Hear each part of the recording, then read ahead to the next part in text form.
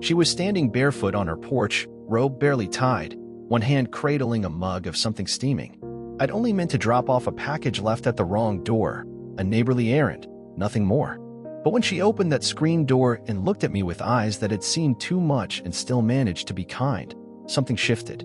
The robe slipped a little off her shoulder when she leaned to take the box, and I swear she knew. Not just about the robe, or the way my eyes dropped and darted back up, but about me, what I hadn't yet figured out for myself. She smiled gently, not flirty, not polite, just aware. "You always this generous?" she asked, voice like smoke and warmth. "Only on Wednesdays," I murmured. It was Monday. I moved into the duplex on Orchard Lane in late March. Just after the thaw, when the air still bit in the mornings and the trees were only beginning to consider blooming again. I was 26, single, and starting over, whatever that meant. A freelance graphic designer with a laptop and a backseat full of plants I hadn't had the heart to leave behind.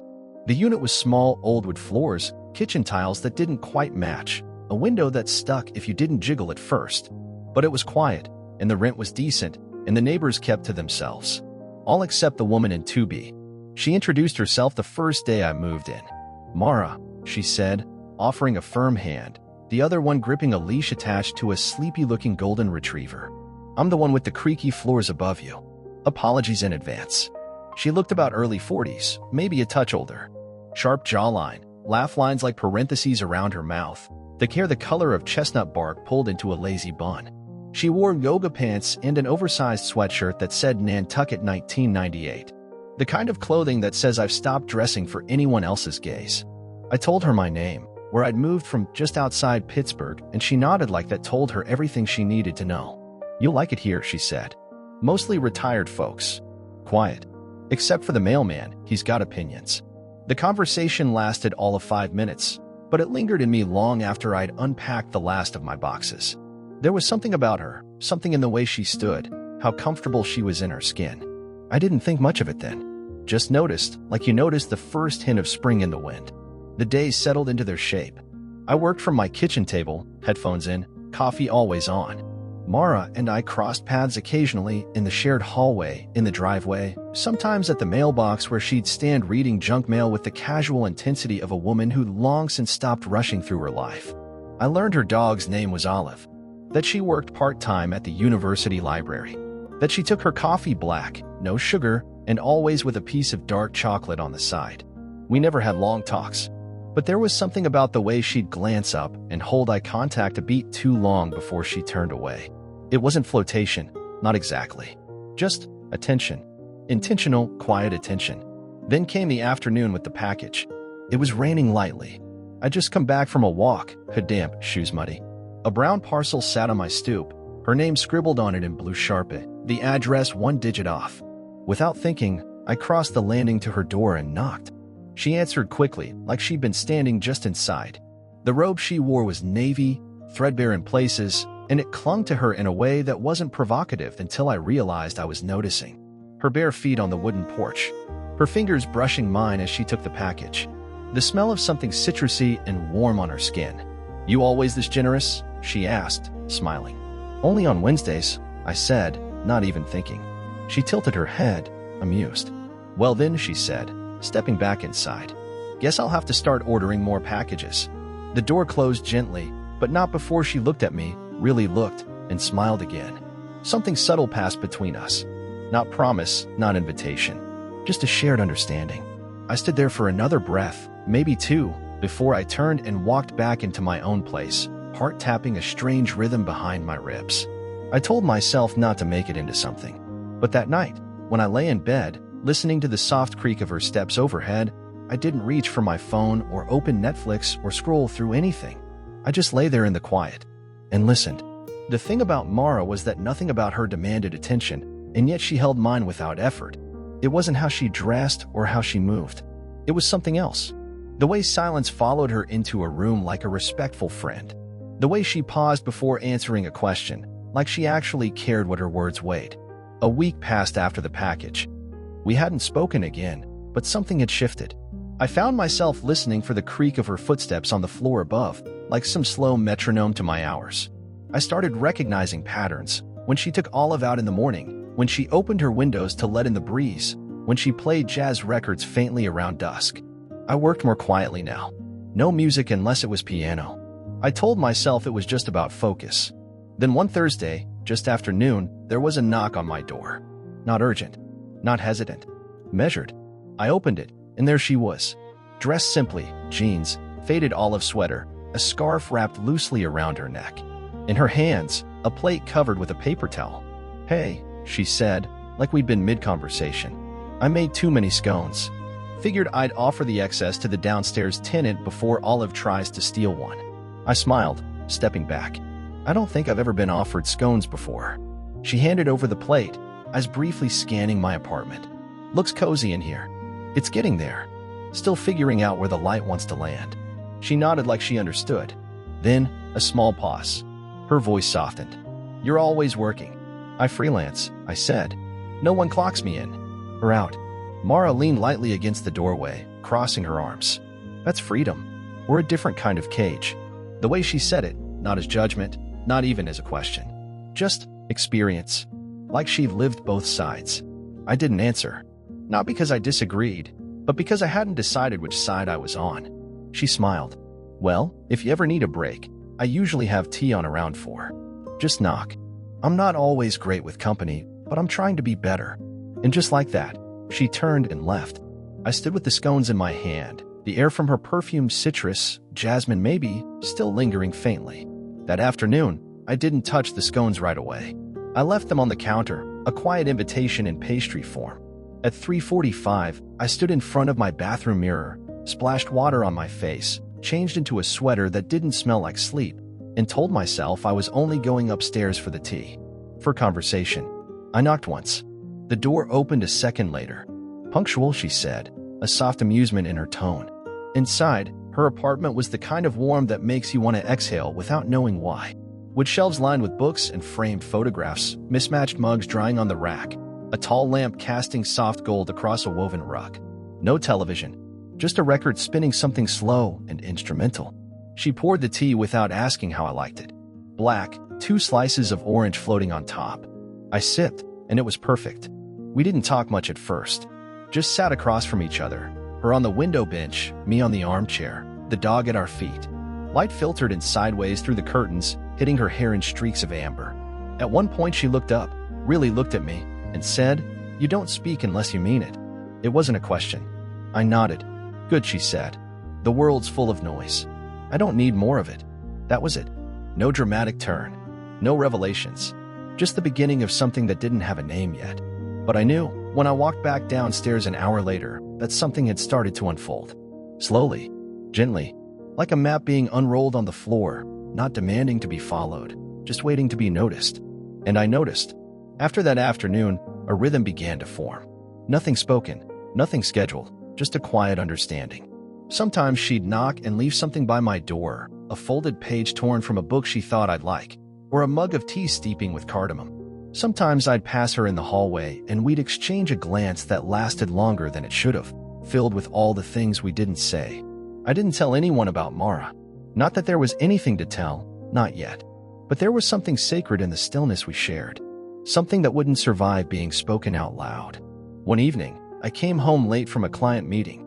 The sky was bruised blue, and the air smelled like wet leaves. As I rounded the corner to my front door, I saw her outside, standing barefoot on the grass, her head tilted to the sky as rain fell in gentle drops. She didn't see me at first. She was smiling faintly, like she'd remembered something long buried. Her arms hung loose by her sides, palms open. I didn't call out. I didn't want to break the spell. But then she turned, sensing me there. Her smile didn't falter. If anything, it deepened. "Come here," she said, voice quiet but clear over the soft patter. I stepped onto the lawn without thinking. Shoes soaked immediately, my hoodie dampening. She didn't move toward me, just watched as I closed the space between us. "You ever just stand in it?" she asked, glancing upward. "Let it hit you without running for cover?" "I usually just curse and look for a roof." She laughed softly. "Figures." I stood beside her, both of us quiet. The rain wasn't heavy, more like a soft rhythm, a pulse against the earth. After a few moments, she looked over at me, and her gaze held something different, something stripped down. "I used to do this with my daughter," she said, voice barely above the rain. We'd run out barefoot and spin until we fell over. She hated the sun, but the rain? She called it sky music. I didn't know she had a daughter. I didn't know how to ask the next question without sounding intrusive. She saw it in my face. Her smile faded a little, not into sadness exactly, more like memory. She passed 3 years ago. Leukemia. She was 10. The words were simple, unadorned, but they landed in me like a weight. I'm sorry, I said, because it was all I had. I don't talk about her much. Not because I can't. Just, she trailed off, watching the sky. Most people don't know how to stay in the silence after. I swallowed, unsure what to say. My shirt clung to my arms. The rain ran down my spine like cold fingers. But I stayed. That was the only thing that felt right. After a long pause, she spoke again. You remind me of him. Who? Her father. He wasn't my husband. He was a mistake, but a beautiful one. There was a vulnerability in her voice now. Not weakness, but something raw. She wasn't testing me. She was just being real, unfiltered. I didn't speak. I just looked at her, this woman who carried grief like a second skin, who stood barefoot in the rain and called it music, who handed me silence and trusted I wouldn't fill it. When she looked back, her eyes weren't searching. They weren't asking. They were just there, seeing. I nodded once, a quiet gesture that meant, I hear you. I see you. I'll hold this with you, if you let me. She reached for my hand, just barely, the backs of her fingers brushing mine. And that simple contact, that fleeting gesture, held more than any kiss could have. Then, just as softly, she pulled her hand back. I should go dry off, she said, smiling a little. I watched her walk back inside, barefoot on the wet grass, robe clinging to her knees. The porch light glowed around her like something out of a dream. I stood there long after she disappeared, rain soaking me down to the skin. I didn't know what we were. I didn't know if this was right or wise or even allowed. But I knew, without a doubt, that I wasn't imagining it. Something real was blooming between us, and I was already in too deep to turn away. The next few days moved with a kind of gentle slowness, like time was taking a breath between beats. Mara and I didn't speak about the rain or what had passed between us under it. There was no mention of her daughter, no unpacking of the moment when her fingers had brushed mine. And yet, everything had changed. It was in the way she looked at me now, not longer, just deeper. Like I was becoming less of a mystery and more of a memory in progress. And I started to notice things about her that felt intimate, not in the physical sense, but in the way you begin to learn the quiet map of someone's life. She read poetry before bed. I could see the slim book stacked near her window when her lights were on late. She played piano, but only with the windows closed. I heard the notes faintly through the vents, always half songs, as though she couldn't quite finish what she started. On Thursday afternoon, she invited me to help her with the bookshelf in her living room. It's not heavy, she'd said through the door, just awkward. When I stepped inside, the scent of sandalwood and something sweet clung softly to the air. Her apartment looked lived in, but cared for, nothing curated, nothing posed. A blanket folded imperfectly over the couch. A pair of reading glasses left on the armrest. It felt like her. Complex, quietly expressive, unbothered by appearances. We lifted the bookshelf together, her side lighter but still deliberate. When we set it down near the opposite wall, she exhaled and brushed a strand of hair behind her ear. Thank you, she said. Sometimes I forget what it's like to ask for help. You could ask more often, I replied before thinking. She glanced at me, amused. Would you come every time? The question hung in the air longer than it needed to. Then I said, steady, yes. She didn't smile at that. She just looked at me, long, steady, then turned away and ran her fingers along the edges of the books on the shelf. I used to be married, she said after a moment. Briefly. We were too young. He was good at leaving, and I was good at pretending that didn't matter. I leaned against the wall, hands in my pockets, saying nothing. I built this space myself, she added, quieter now. Brick by brick. Life after loss. After men. After so many versions of myself I don't even recognize anymore. Her voice wasn't sad, just factual. Like she was reading from an old journal she no longer felt bound to. And me, I didn't know where I belonged in her story. Not a chapter, not yet. Maybe just a footnote, but one she hadn't decided to erase. Later, as I was leaving, she walked me to the door. Olive trailed behind us, tail wagging lazily. As I stepped into the hallway, Mara rested her hand lightly on the doorframe. Do you ever feel, she asked, like the wrong timing is the only timing life knows? I turned toward her, the light from her apartment spilling into the hall, catching the soft curve of her cheek. the edge of her jaw. "Every day?" I said. For a moment, it seemed like she might step closer, that something in her would break and reach for me, but she didn't. Instead, she gave a faint smile and said, "Good night." Then, "Good night," I echoed.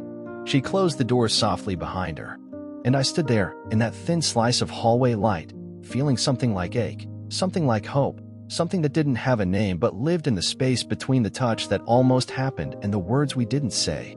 We were building something. Not love, not yet, but closeness, tension, a quiet companionship that hummed under the skin. And I knew, with more certainty than I wanted, that we were nearing a point where silence wouldn't be enough. It happened on a Sunday, the kind of gray, slow-moving day where everything feels half awake. Rain had started again, soft, misting, and the streets outside were empty, save for the occasional car hissing past on wet pavement. I hadn't seen Mara in 2 days. Not long, really, but long enough to notice her absence. The usual creaks above my ceiling didn't come. No clink of a kettle in the afternoon. No faint jazz through the floorboards. Around noon, I knocked on her door. Not out of panic. Just a quiet impulse I couldn't name. No answer. I waited, then knocked again, softer. Still nothing. I was halfway down the stairs when I heard the door creak open behind me. She stood in the doorway in a long cardigan and socks, hair unbrushed, a tiredness in her face I hadn't seen before. Her eyes met mine, and something in them looked unfinished, like a thought that hadn't found its end. "I wasn't ignoring you," she said, voice low. "Just couldn't get out of bed." "You okay?" She hesitated, then shrugged, barely. "I have days like this, where everything feels too loud, even when it's quiet." I nodded, stepping back up toward her. "I don't want to be alone today," she added, so softly I almost didn't hear it. That's how I ended up in her living room. 2 mugs of tea on the table, Olive curled up between us like a small bridge we both silently depended on. We didn't talk much at first. We didn't have to. She was wrapped in a blanket, legs tucked under her, and I sat on the edge of the couch, sipping slowly, waiting for her to lead. Eventually, her voice came. A thread, unspooling. "I get tired of being the strong one," she said. "People assume that because I live alone, because I'm not out looking for someone, I must be fine with it. That I'm whole, untouched by want." She paused, staring at her mug. "But sometimes I ache in ways I don't even know how to name." The words sank deep. Not dramatic, not performative, just truth, laid bare and quiet. I turned toward her, heart pacing gently. "You don't have to be strong right now," I said. "Not with me." Her head tilted slightly, eyes flicking to mine. And for the first time, she didn't look away. There was a softness in the silence that followed, a stillness thick with unspoken things. She shifted, slowly, one leg brushing against mine beneath the blanket. Her knee rested there, not intentional, maybe, but she didn't move it. I didn't either. Outside, the rain picked up a little, tapping steadily against the window pane like a slow heartbeat. "I've thought about kissing you," she said suddenly, the words barely more than a whisper. I froze. She didn't say it like a seduction.